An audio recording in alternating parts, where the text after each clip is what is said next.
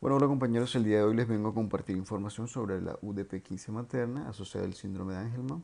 Les estaré hablando de manera resumida en qué es la enfermedad, cuáles son sus causas, sus posibles tratamientos y sus diferentes manifestaciones clínicas. Entonces, para empezar, definimos que la enfermedad es de origen genético y se va a caracterizar por una serie de manifestaciones como lo son el déficit intelectual y motor grave, ausencia de lenguaje o viabilidad, que va a ser una característica muy resaltante en donde el niño siempre va a estar sonriente y va a estar siempre alegre y estará acompañado de ataques de risa, trastornos de equilibrio, temblores de los miembros, epilepsia y trastornos de sueño. Fue descrita por primera vez por el médico británico Harry Angelman en el año 1965.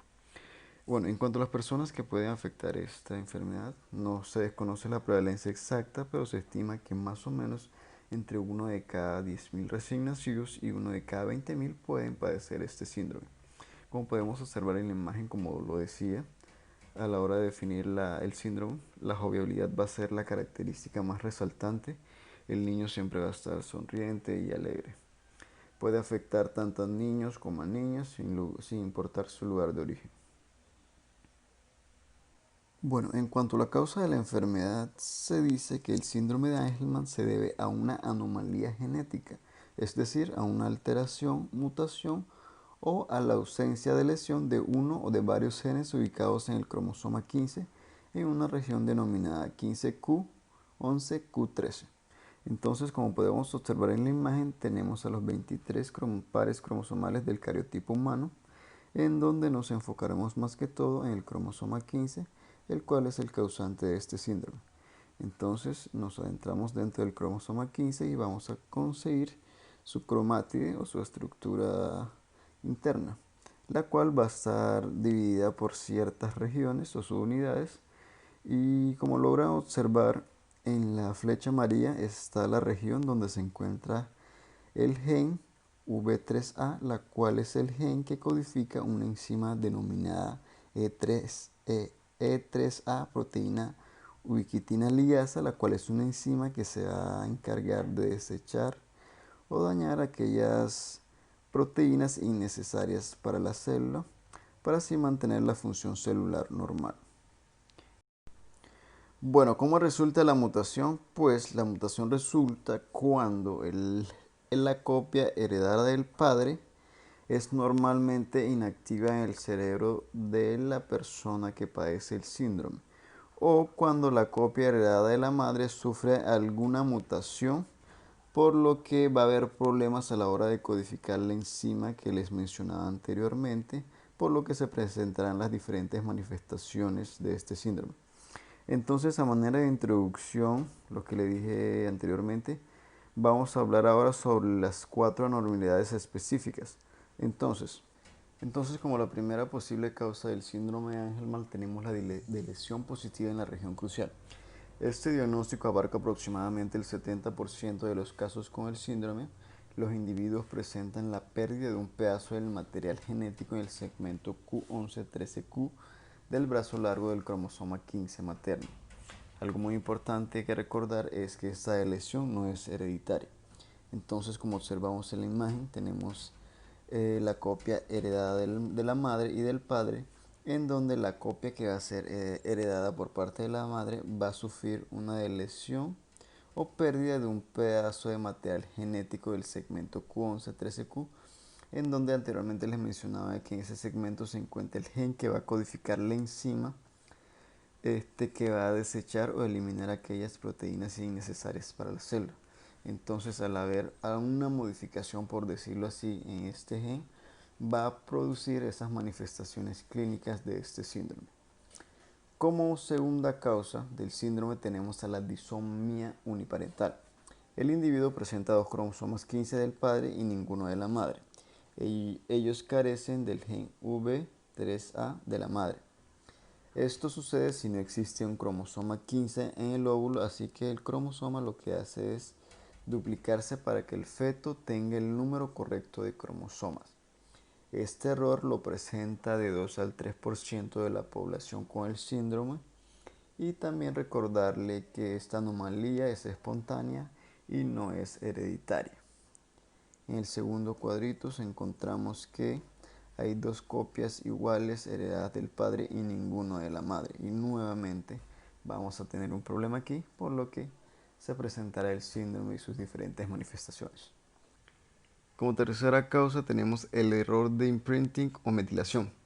El imprinting es el proceso mediante el cual un gen es inactivado o silenciado. El resultado es que solo uno de los dos genes normales está activo. Esto ocurre en el desarrollo del óvulo o del espermatozoide. Lo normal es que los dos cromosomas, tanto el padre y de la madre, estén activados en todos los tejidos del organismo. Entonces, nuevamente decimos que el imprinting es cuando una copia heredada de la madre está activada en el cerebro y el cromosoma heredado del padre está silenciado. Entonces, al haber nuevamente como esa modificación o ese gen inactivo heredado del padre, va a producir esas diferentes manifestaciones clínicas. Entonces, tenemos a la metilación, que la metilación es un término que se utiliza para describir que el ADN tiene grupos metilos fijados a ciertas regiones de ella. Si estos grupos metilos se extienden de manera excesiva, puede producir que este gen o esta parte del gen se inactive. Entonces aquí tenemos dos posibles causas. Tenemos una modificación en el imprinting o una metilación, que es cuando los grupos aminos de cierta región del ADN se extienden de manera excesiva, produciendo que este gen se inactive y por ende no pueda producir la enzima necesaria para desechar proteínas. Es una mutación espontánea nuevamente, por lo que no es hereditaria. Entonces tenemos como cuarta y última posible causa del síndrome de Angelman las mutaciones de lesión, UPD imprinting, metilación del gen VE3A, que dice que aproximadamente el 20% de los casos del síndrome de Angelman presentan un error en el código genético en el exón 6 y el exón 9 del gen E3EA, proteína ibitiquina ligasa, la cual es la enzima o proteína que les he mencionado en todo el transcurso del video. Entonces, al haber una mutación en esta enzima, va a conllevar a productos catalíticamente inactivos porque presentan una ausencia en el extremo carboxílico de la proteína E6AP, la región que va a ser necesaria para degradar aquellas proteínas innecesarias para la célula. Entonces prácticamente esas mutaciones van a conllevar a enzimas catalíticamente inactivas. Entonces, si hay enzimas catalíticamente inactivas, la enzima no puede realizar su trabajo, por lo que nuevamente vamos a tener el problema del síndrome. Y algo muy importante es que esta mutación puede ser heredada. Es la única entre todas las que les he comentado anteriormente que puede ser heredada, lo cual puede producir nacimientos múltiples con el síndrome dentro de una familia. ¿Cuáles son los riesgos y recurrencia de esta mutación? Pues que la mutación causa solamente el síndrome si aparece en el cromosoma 15 perteneciente de la madre. Bueno, en cuanto a sus manifestaciones, las más consistentes al 100% o las que más se manifiestan son el desarrollo retrasado, función severa, incapacidad para hablar, desorden de movimiento o balance, usualmente ataxia, movimiento de extremidades y forma de caminar trémula, comportamiento característico, cualquier combinación de risa frecuente, comportamiento feliz, personalidad fácilmente excitable, movimientos de manos, comportamiento hipermotriz, poca capacidad de atención. En cuanto a las frecuentes, en un 80% tenemos el retraso de crecimiento, desproporcionado de la circunferencia del cráneo, resultado de la mayoría del tiempo en microcefalia. Ataques comienzan usualmente antes de los 3 años. El EEG anormal, patrón usual característico con ondas lepícudas largas, usualmente de 2 a 3 segundos, facilitado por el cierre de ojo. Tenemos las asociadas dentro del 20 y 80%, que son occipucio plano, ranura occipital, lengua protuberante y hundida, problemas para alimentarse durante la infancia, prognatia, boca ancha, distes muy distanciados, babeo frecuente, masticar, muecas excesivas, extravismo, hiperpigmentación cutánea, cabello y color de ojos claros, hiperactividad de las extremidades inferiores con reflejos de tendón profundo, posición alzada y flexionada del brazo, aumento de sensibilidad al calor, problema del sueño y atracción fascinada por el agua. ¿Cuál es su evolución? Pues en la edad adulta las personas padecen de un déficit intelectual grave con una autonomía muy deficiente, o sea que la persona siempre va a depender de la persona que lo esté cuidando, pero normalmente gozan de una buena salud con la excepción de las crisis de epilepsia y las esperanzas de vida parecen ser normales. Bueno, su diagnóstico se dice que antes del año de edad el síndrome sigue siendo muy difícil de diagnosticar debido a que el carácter no específico de diferentes manifestaciones que son poco pronunciadas. Entonces va a ser un poquito muy complicado diagnosticar al niño antes del año de edad hasta que se le manifiesten las diferentes sintomatologías. Entonces actualmente la medicina ha estudiado tanto la enfermedad que ya más o menos ella sabe cuándo un niño podría tener este síndrome.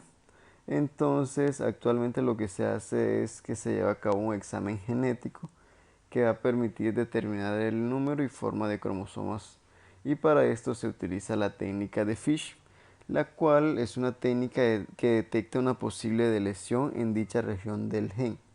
Cuando no se detecta nada, se procederá a realizar otra prueba para determinar cuáles son las marcas o metilación del ADN para indicar si hay alguna mutación presentes en los genes. Entonces, esto tenemos también otro análisis que permite saber si están presentes una mutación puntual del V3A. Entonces, eso sería como la parte del diagnóstico de la enfermedad o del síndrome. Bueno, en cuanto al tratamientos, pues actualmente no existe un tratamiento capaz de curar el síndrome. Sin embargo, una vez se establece el diagnóstico, es muy importante que el tratamiento de estas personas se inicie lo antes posible y que sea pluridisciplinar. Entonces, el tratamiento para las manifestaciones, como la es la epilepsia, es necesario el uso de medicamentos antipilépticos que son necesarios en el caso de crisis, suelen utilizarse durante periodos prolongados. Entonces, dentro de estos medicamentos, los más utilizados son el valproatic sódico y benzodiazepinas.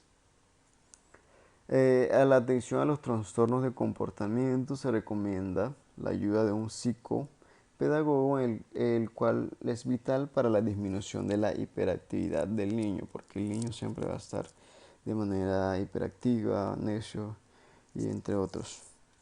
La atención a los trastornos de sueño requiere tratamiento tanto a nivel de conducta como de medicamentos. La atención a los trastornos motores requiere ayuda de fisioterapeuta. Atención a los problemas del habla requiere seguimiento logopédico.